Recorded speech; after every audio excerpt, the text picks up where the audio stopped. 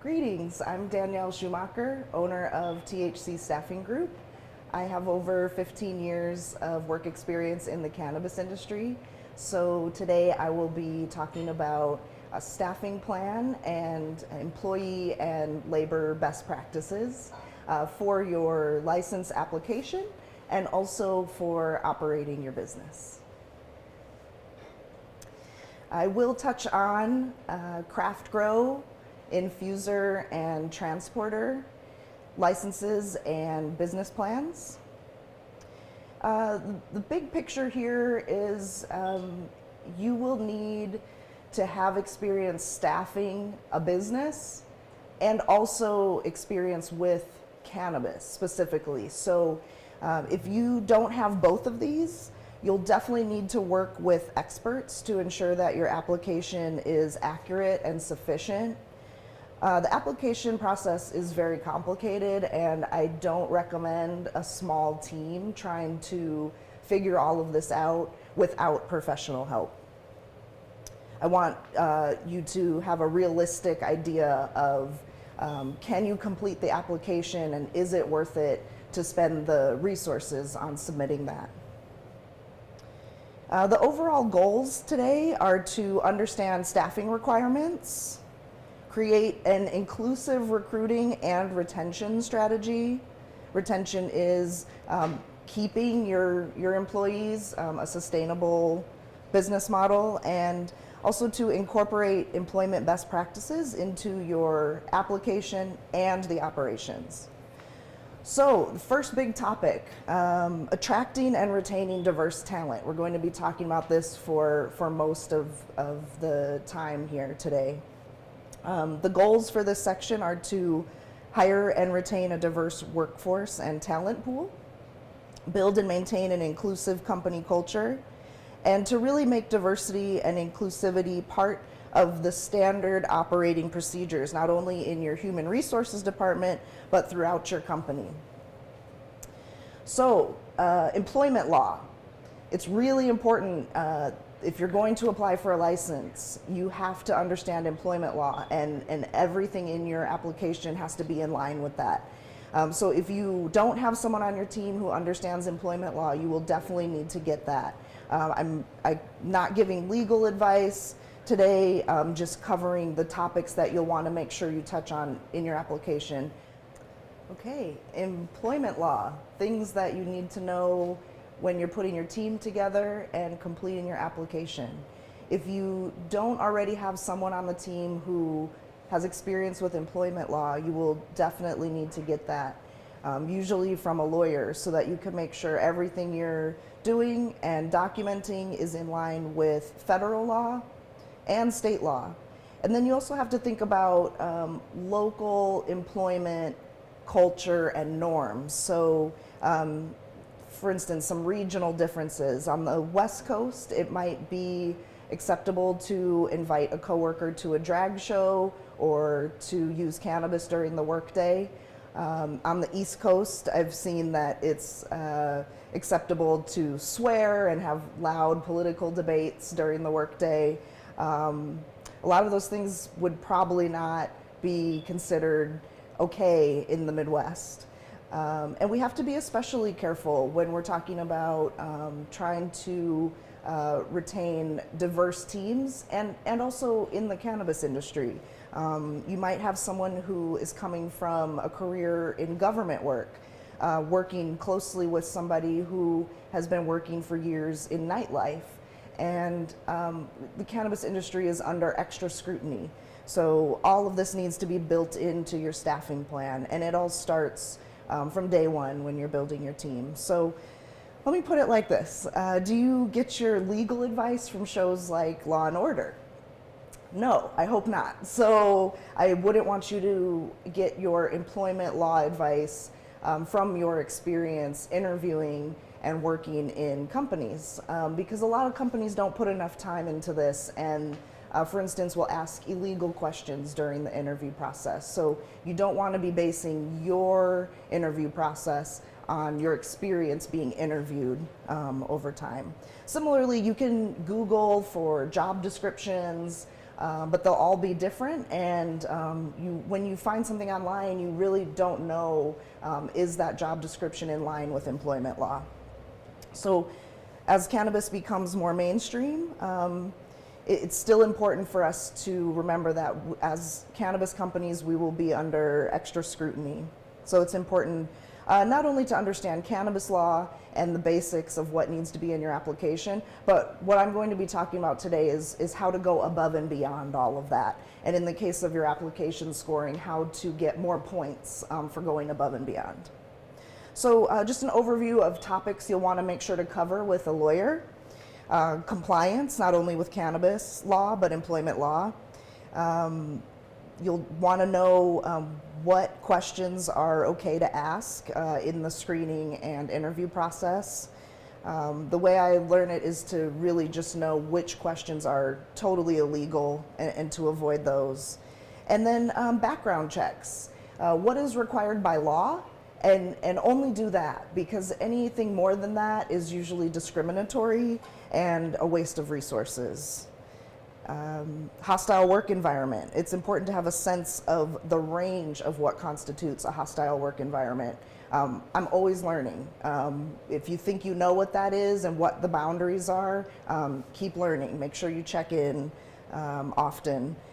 Because again, with a diverse team, you might figure out what's acceptable for the team you have, but when you start adding and changing people, you need to be sure that you know what the law is around that.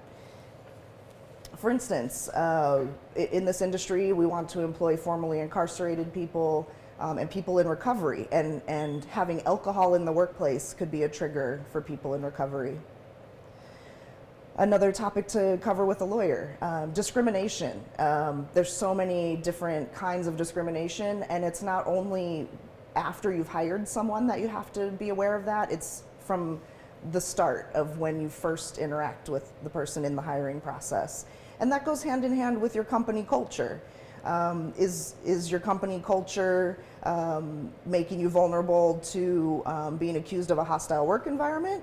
Or is it ensuring that your entire team feels welcome and supported? Legal firing. When is it legal to fire someone? And what does that look like? How would you go about that? You need to plan ahead for that. And typically when you're letting someone go in the heat of the moment, that's when the problems come up. So you'll want to have a procedure in place. At the point where you're hiring people or inviting someone to be part of your team, you'll want to already know what would it look like if you had to let them go, because that can happen quickly. That could be the next day. You have to know how to tell them it isn't working out. Unemployment benefits. Under what circumstances will somebody receive unemployment when you let them go? It's really helpful to know that, although you don't want that to determine if you let them go or how you let them go. You just really want to know, because once you let them go, you'll need to process the unemployment request if they make it. And then an employee handbook. We're going to get into more detail about this. There's a lot of different parts of the employee handbook, and it may come as a surprise that a lawyer or an HR consultant might be the person that you need to help you get the employee handbook together. And why is that important in the application process? Because so much of what's in there covers points that you need to make sure you hit in your exhibits. Okay, so some recruiting strategies. These are best practices that I've developed over time, some through trial and error and through research. And again, everything I'm going to cover, it not only applies to building your team now, so that would be your principal officers and board members, as well as the rest of your team, but then when you're preparing to operate. So for sure, like starting right now, you need to be figuring out what is the competitive salary and what kind of benefits am I offering everyone who is being listed on my application. Of course, some principal officers, owners, board members will not be paid to be on the application. But if you're doing searches and hiring people who are listed as subject matter experts or who will have this hypothetical job in the future with when you get a license, you should absolutely be budgeting for paying something, typically a flat fee for now. But longer term, you'll need to know what is the salary range that you need to offer so that you can attract the best talent. You'll need to find partners and community groups to help build your talent pool. This will get outlined a little bit in your community engagement plan and in your diversity plan. So a lot of what I'm going over will be cross-referenced in more than one exhibit in your application. So as you're doing your application, if you're feeling like it's redundant, that's because you should be cross-referencing and your exhibit should be overlapping, especially when it comes to staffing, because your team is everything. The people are really the core of your vision and your mission and your operations. So all of this takes time, and like I said, some trial and error. And for overall focus, everything I'm about to cover is, the intention is to screen in instead of screening candidates out. All right, so inclusive and thorough job descriptions. Why are job descriptions so important? And this is something you're doing now and also in the future. You want to create as large of a pool as possible with the idea of screening in instead of screening people out of the process. And all of this goes hand in hand with creating a welcoming company culture. So some strategies for your job descriptions. Avoid gender-coded or other loaded words such as rock star, ninja, guru, dominate. Also limit the job description requirements so that you don't have a long list, like a wish list, because even really qualified candidates may be intimidated by that. And it also isn't focused. You really need to focus on what are the core requirements that you're looking for, which also helps you avoid unnecessary corporate speak or jargon. Using a lot of acronyms and fancy words, again, could be intimidating even for really qualified candidates. And emphasize inclusive benefits such as parental leave and partner benefits. Of course, any benefits you're advertising, you want to make sure that you're prepared to follow through on those. And you want to emphasize your commitment to diversity and inclusion. This is not easy. This, again, is something that takes some expertise. You can find some resources online, but really there's nothing like having a live person who is focused on that. For instance, equal opportunity employer statement. And then you want to have precise definitions of responsibility, including expectations. And all of this leads right into setting the person up to actually start the position. And in the case of the application, this is the content that you can show that you're prepared to operate. Your team is meeting all of the requirements necessary for operating this type of business. So you'll want to come up with templates for all of this, and there's some really great resources I want to mention. There's a company called Paradigm, and their website is Paradigm IQ, and it's a strategy and consulting firm focused on diversity inclusion. Mostly came out of the tech industry and focused on tech, but everything I've seen from them, weekly newsletter, free webinars, is directly relevant to the cannabis industry. And that's a free resource. Or as you grow, you can pay for a customized workshop. And then there's an app called Textio. It's a technology that scans job listings for gendered or discriminatory words. So there's a lot of your documents before you submit your application. You know, you could use Textio to kind of scan for any red flags. And even a really small company who's in the application phase will want to think about a recruiting software. It'll save you a lot of time and money. And there's an example of one, it's called Greenhouse. It's not specifically for cannabis. It sounds like it, but it's actually focused on inclusion. And I'm saying inclusion a lot and diversity a lot. We don't have time to get into too much detail about the language I'm using. However, if there's anything I'm saying that you're not sure what I mean, It's always helpful to Google and get different variations of the definition and kind of listen back through this and put it in context. So what do we mean by diversity? I want to start with a quick metaphor, the revolving doors. Okay, when you're in the winter in Chicago and you're in the train station during commute hours and there's those revolving doors. They can be going really fast and everybody's got to be on point or they're gonna get injured in that revolving door. So sometimes when I'm having to do that, I think about, this is a challenge for somebody who's not able to keep up with the pace of everyone else. And I'm that person sometimes. Sometimes I'm not quite awake and the door is moving really quickly and everyone's on point and I feel left out and I'm looking around for a different door to get out. So what do I mean by diversity? Talking about people of color, the people most impacted, Black, Latinx, and Native. Also formerly incarcerated individuals, people of all genders, people of all generations, LGBTQIA+, veterans, people with disabilities, regardless of citizenship status or primary language.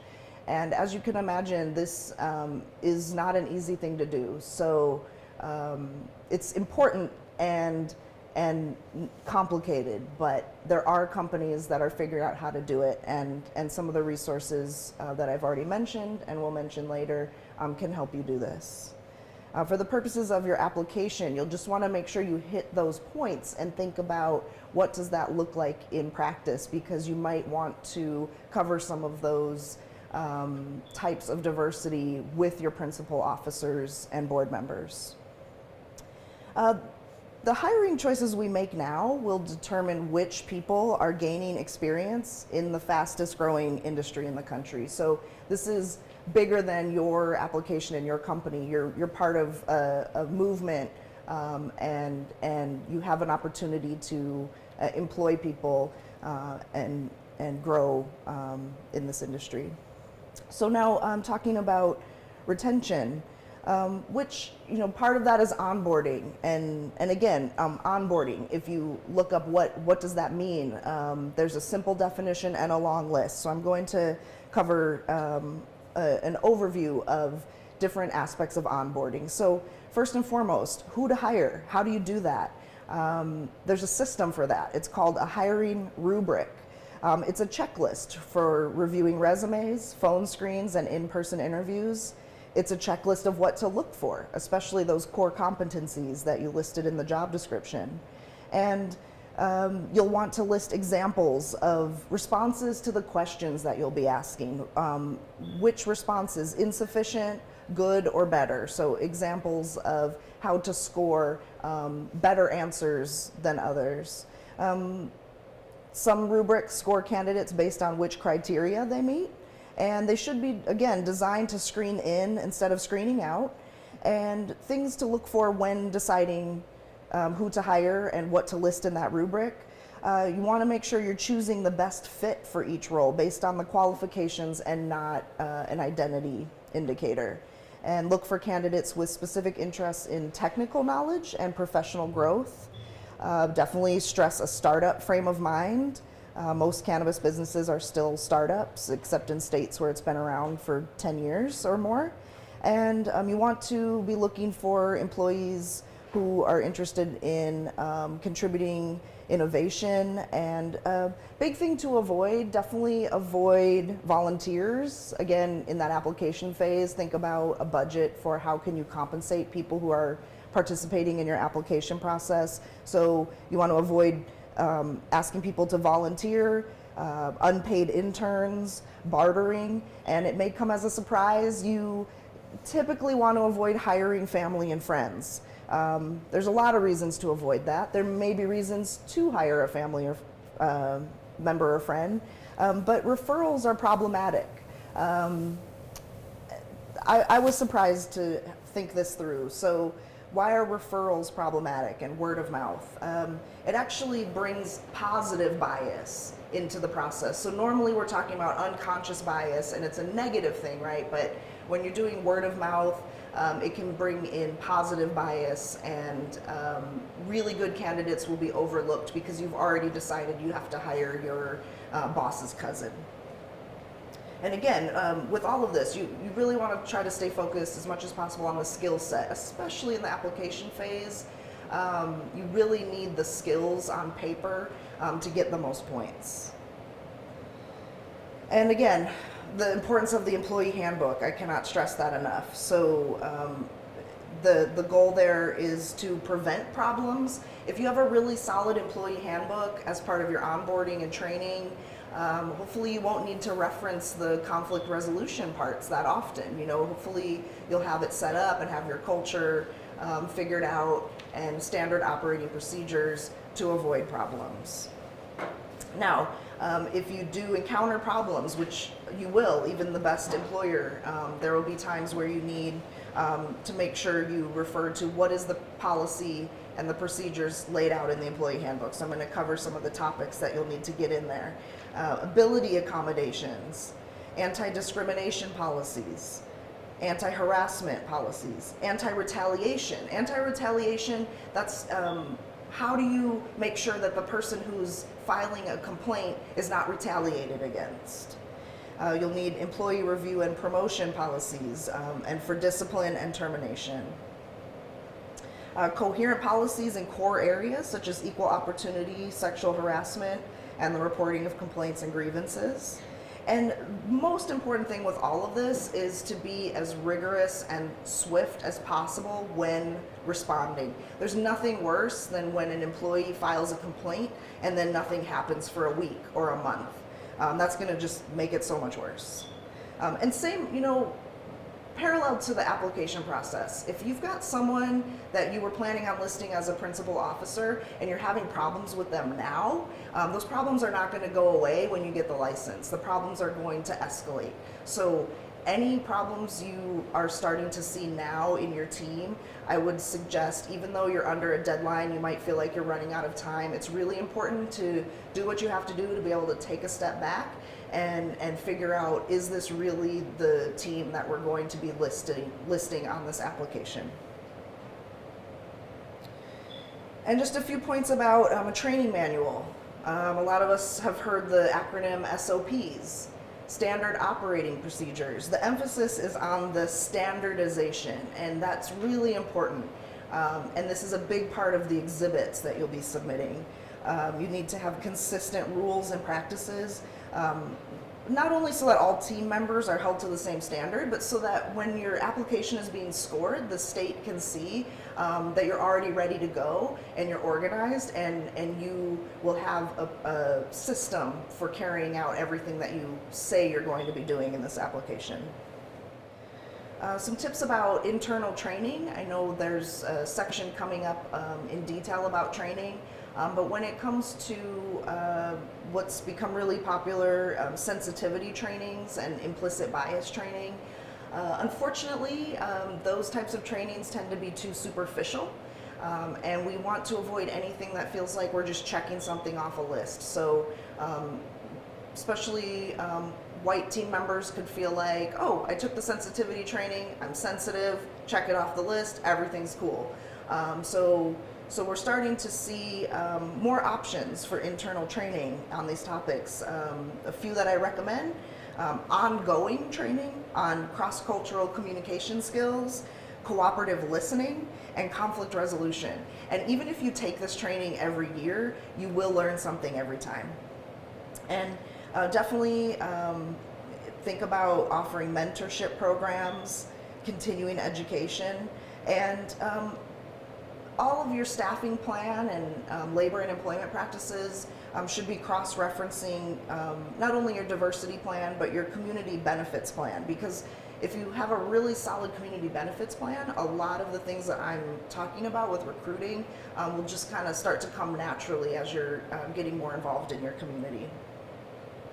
And then a few kind of newer ideas that are too complicated to cover in the application phase. You don't need to worry too much about it, but I do recommend thinking long-term about, as your company grows, incorporating affinity groups and inclusion councils. And then we touched on offboarding. You'll want to have the offboarding procedures ready at the point where you're onboarding. So an overview of the labor and employment practices. On the slide, you'll see a sample outline. So I'll just touch on each section. The vision and mission. Now let me emphasize this because this is something that should be in many of the exhibits, and you want to make sure to be clear and consistent about your vision and mission. And with every exhibit, be as specific as possible. As you start to run out of time under this short deadline that the state has given you, you may want to focus on some sections being as detailed as possible, and other sections might be more general, and that's okay. So for instance, an example of a section that might be more general, the living wage standards and the benefits. You'll need to figure that out when you start operating, but in the meantime, in the application, just touch on which of these benefits you want to offer. Now, some of these benefits I had never even thought about before in my life. Life insurance, disability benefits, paid time off, military leave, retirement benefits, dependent care FSAs, and commuter benefits. Of course, as a startup, you probably won't be able to offer all of these, but think about which of these benefits will be able to attract the best talent, and you'll want to incorporate that into your vision and mission and diversity plan when you can. And then workplace safety, codes of conduct will be in your employee handbook, and the staffing plan, of course, and the labor peace agreement or attestation. Definitely want to work with a union. Illinois is a heavily union state. And now getting into some more specifics about your staffing plan, building your team. For the strongest application possible, but also to be able to start the build out as soon as possible. The state is looking for that. The scoring and the rubric that the state is using is looking for which of these teams are going to be most likely to operate as quickly as possible after they get their license. So the way I recommend going about this is kind of a personalized organizational thing. I like to start by thinking I have an unlimited budget and that I can afford a manager for every department, because you want to work towards that. You want to have your roles be as specific as possible. So we're going to list that out, and then you work back. So you get the list together of all the different departments and managers you need, and then you start looking at, okay, but what do I actually have as far as a budget and the people that are already on my team and who can do what. People in the beginning will be doing 2 or 3 departments. Facility manager, inventory or logistics manager, outreach manager, that could be sales, marketing, communications, community relations, and events. And when you're doing the calculation for the staffing plan, make sure that the staff schedules are based around the needs of the company. The staff schedules combined with the installed security systems and the facility design provide a safe and secure environment. So you'll want to take a second look at that staffing plan after you get that first draft together and think about a few of the other exhibits. What is the state requiring? So not only that you can operate a realistic business schedule, hours of operation, but that you can try to provide for the needs of the market demand. And we all know there's a lot of demand for this market. So you'll want to have the minimum of the staff that you know you'll need, and then have an idea of what about as soon as you can scale to try to make sure you keep your inventory stocked. And again, it's important to work with unions. The union reps can help you with some of this. So it's a partnership. Get a good fit and see what perspective they can bring to your exhibits. Okay, now some specifics about the craft grow. The last section here will touch on craft grow and a little bit about infusion and transporter. Craft grow, in my opinion, coming as far as the staffing plan, is one of the most complicated. So specifically Exhibit D, the cultivation plan.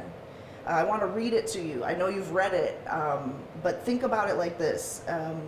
The requirements in Exhibit D are really saying that You need a team of people who can, number one, describe the plan to provide a steady, uninterrupted supply of cannabis to registered dispensaries. Number two, demonstrate knowledge of cultivation methods to be used, including the various strains to be cultivated, and the applicant's experience, if applicable, with growing those strains or comparable agricultural products. And number three, demonstrate the steps that will be taken to ensure the quality of the cannabis. So you could get by with one person to demonstrate all of that, but you'll probably need a whole team. One way people are figuring out who they need on their team is literally to search the internet, and that could work. You could look at, there's so many different articles that say, from my experience, here's who I had on my cultivation team. But every search result you get will be different. And so again, that's where the expert comes in to kind of help you understand, the range of options and what is going to make the most sense for your specific application. So an example of a source I do recommend is Cannabis Business Times.